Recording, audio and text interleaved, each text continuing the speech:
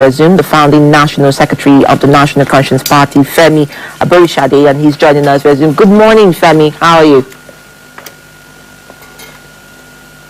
Thanks very much for having me. Good morning to you too. 2 days to the takeoff, or the planned takeoff of protests. What do you make of the countdown to the demonstrations, if they hold, that is?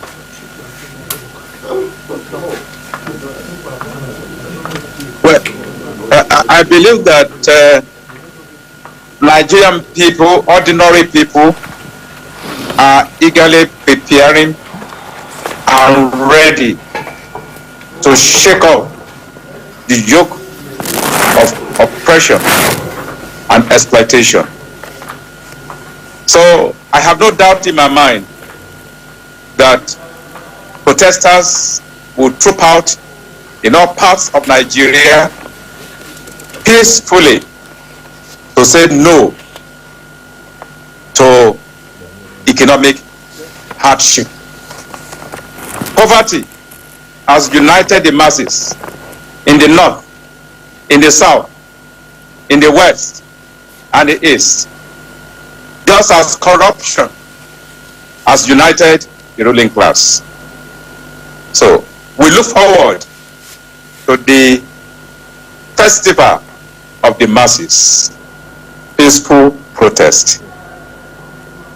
All right, still staying with you on that thought. I mean, I hear you say peaceful protest, but the government has been warning about, bad people or perhaps opposition, adopting the protest and making it violent. And you can see some level of protesters protesting against the protest already, even before the protest has happened.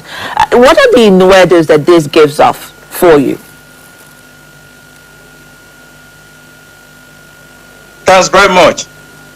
I think that for the federal government to be using possibilities of killings, of arson, of so-called hoodlums that they created, hijacking and turning the protest into a violent one, suggests to me that government seeks to enslave Nigerians. They want to by their own acts. I say their own acts to the extent that wherever protests turn violent, it is the handiwork of government. Protests turn violent only when governments attack the protesters, the peaceful protesters. And I must say that in all the history of protests in this country, it is the deliberate hijacking of protests by government through their talks, particularly the APC-led government. All protests under the military, we were never intimidated that our protests will be hijacked. The militaries may arrest us, they might have been detaining us, but they never intimidated us. So let us tell the President Tinubu regime that we reject intimidation. If some of us were not intimidated under the military, the Tinubu-led so-called democratic or civilian regime cannot succeed in intimidating Nigerians. Let them banish that thought. They cannot silence Nigerians. We reject it. Some of them went on exile abroad. I do not blame them, but some of us remain behind, fighting and ready to make all the necessary sacrifices. Because if there is no principle to fight for, if there is no principle to die for, life to me as a person is meaningless. So they should stop intimidating us. They cannot succeed in intimidating Nigerians. Okay, let's bring in Maxwell here. We're being joined in the studio. President Bola Ahmed Tinubu. We are citizens of this country. Okay, we're being joined in the discussion by by human rights lawyer Maxwell Opar. Max, many thanks for coming on the program. Let's also get from you what you think is 2 days to the protest. What do you make about the countdown to the protest? What the protesters have been saying, what the security agencies have been saying, and indeed what the government has been saying, because they say they've been meeting some of the protesters' demands. Just give us your general overview of the countdown. Okay, I want to start by commending the Inspector General of Police for correcting himself by directing the DPOs and area commanders to protect the protesters and guide them, probably arrest those that want to use that opportunity to cause trouble. If what he said is sincere, because everybody that is working under the present Nigerian government, whatever thing you say, I will first of all watch it with an eye lens. So having said that, for the past, imagine a country of Nigeria that is being surrounded with a lot of problems. What we have been discussing for close to 2 weeks now is how to stop people from protesting. That has been what has been taking the center stage. That has been, nobody's even talking about 4 policemen were murdered yesterday, together with a lady there in Imo State. The thing never made any headline. 4 policemen with a lady that is doing a POS were murdered yesterday there in Owerri. Nobody, Inspector General of Police never even sent any condolence to the family. What we are even thinking about how to stop people from protesting. Is that really the Inspector General's job? I mean, there's at so many levels. Yes. Is that what he should be? Of course. We are talking about the police officer that was murdered. We are not talking about one. The 4 police officers. Yes. Okay. Now, 2.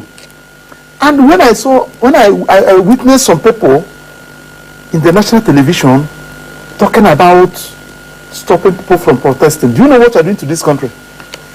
Do you know the implication of that? Do you know the message you are sending across? Because, you see, when you are talking, or when you are making an analysis, or when you want to push out a message, you first of all consider it, the implication.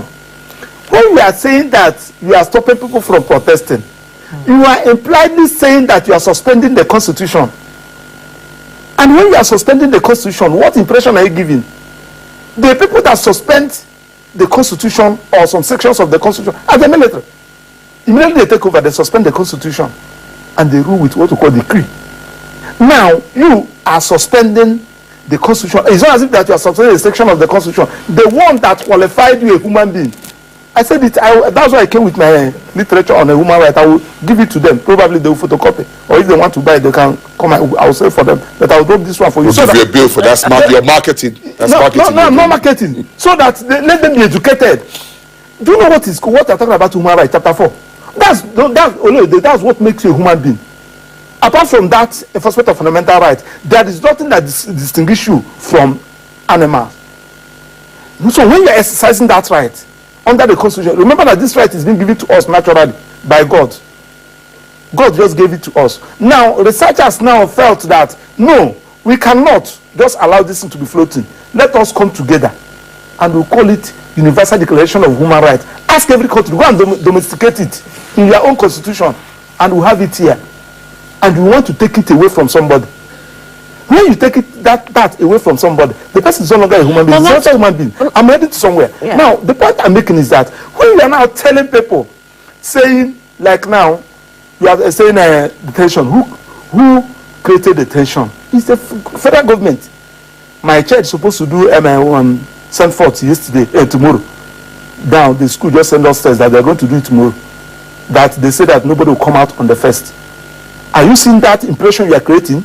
That some people, Offices are shutting down on the 1st. the embassies have given signal. In a country that you say that you want to acquire private jet to go and convince them to come and invest. In a country that you are telling them that you don't protest. In a country that you are telling them that nobody exercises fundamental human rights. In a country that you say that nobody can protest in FCT. A country that is operating under the rule of law. So when you are saying this thing, so stopping people from protesting, what are you saying? You are creating an impression that this is a lawless society. This is a society of anarchy.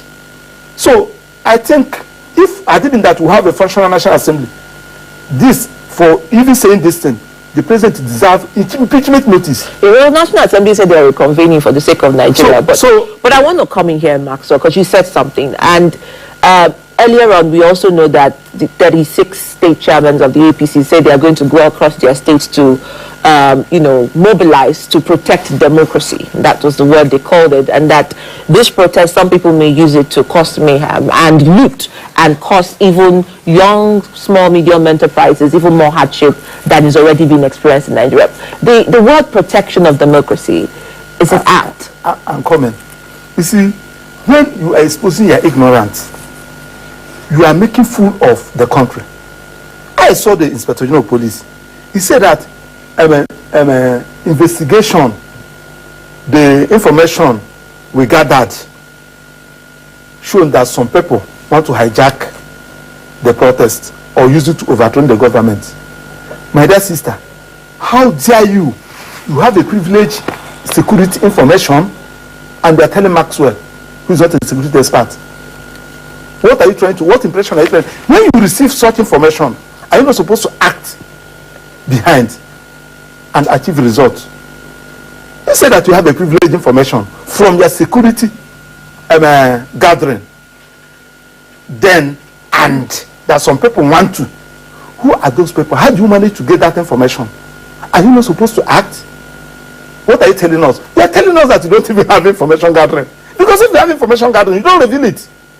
In fact, there are some people within that security sector that will not reveal it. You will now act.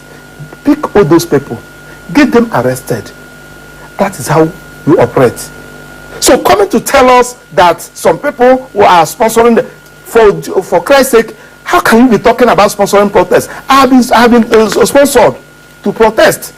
So, in fact, I can tell you, since 1993 up to date, I doubt whether there is any protest that I never participated. The one that Adams Oshomere, I was watching him, he has never even made any comment. We are there with Chimuban at Lagos when we are protesting against Obasanjo increment of fuel price.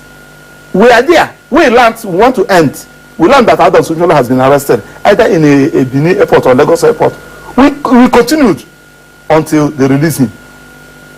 So, who particular protest that I never participated, that you say that there as a student in Enugu, if I'm going, I will ask some people, please, I want to participate in Occupy Nigeria. I was there in Ojota. I was there live when we said that Jonathan must go. You also protested in front of the UN building in London. Yes, of course. You see it there in London last year. I mobilized people. In fact, we were having meeting. That was that December 10th. Declaration of Human Rights Day. So when we are talking about illegal detainees, so we say no, there's everything for us to protest. There and then I used my phone to notify British police that we are going to protest. Under 10 minutes, they arrived. They met us at Oxford Circuit. We moved from there.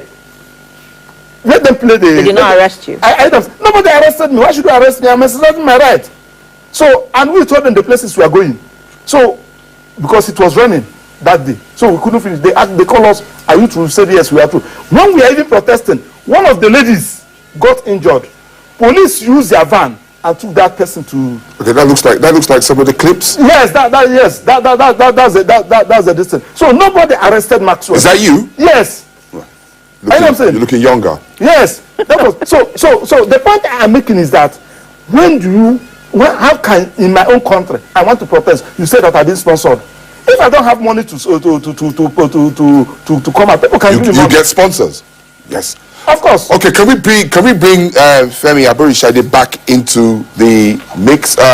Many thanks for your patience. I'm sure you've also, enjoyed listening to what Maxwell had to say. Now, what do you make of the fears, really entertained by security agencies? You did dwell on it in your opening remarks, but the memories of what happened during the EndSARS protests are still very vivid with us.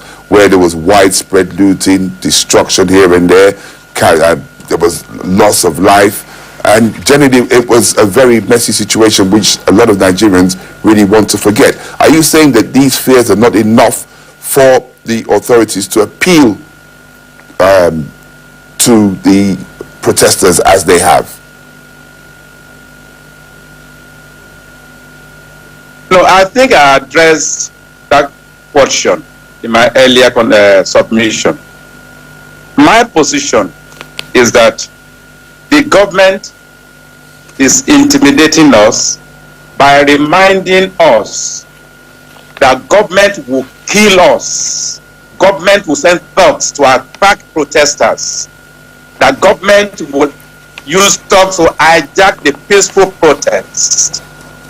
Because if you Google right now, you will see video clips of government vehicles taking thugs around to cause mayhem, to attack protesters during the EndSARS.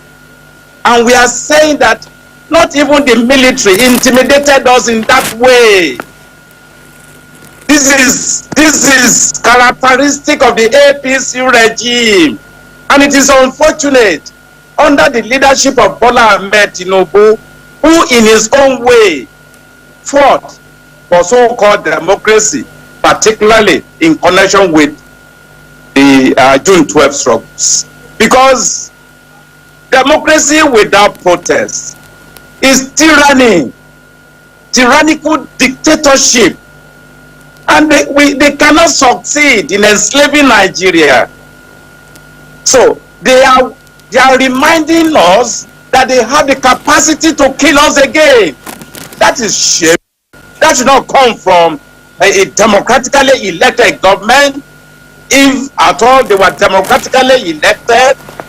But one of the traditional rulers or clergy already revealed that the president told them that there is no cabal controlling him. He bought his way through. In other words, it does not appear that the president believes he was democratically elected and that he could do anything. Impunity can be perpetrated because they really hardly rely on democratic votes of the people. I think it is important to make this point. I want to urge us all Nigerians, poor people of Nigeria, to go and read the speech of President Bola Ahmed Tinubu on the 31st day of July 2023. Paragraph 12 in particular. In paragraph 12 of his speech of 31/7/2023, he made it clear that he is aware of the agony, pains, and pangs and suffering of the people, but that there is no alternative. If there were an alternative, he would have adopted the alternative.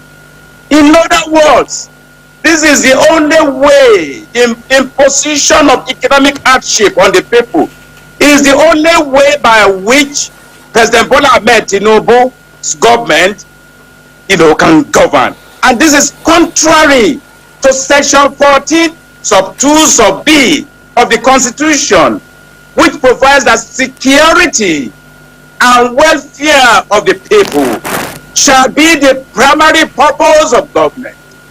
For as long as the government cannot guarantee security and well-being, as the government, the only thing the government knows is hardship on the people.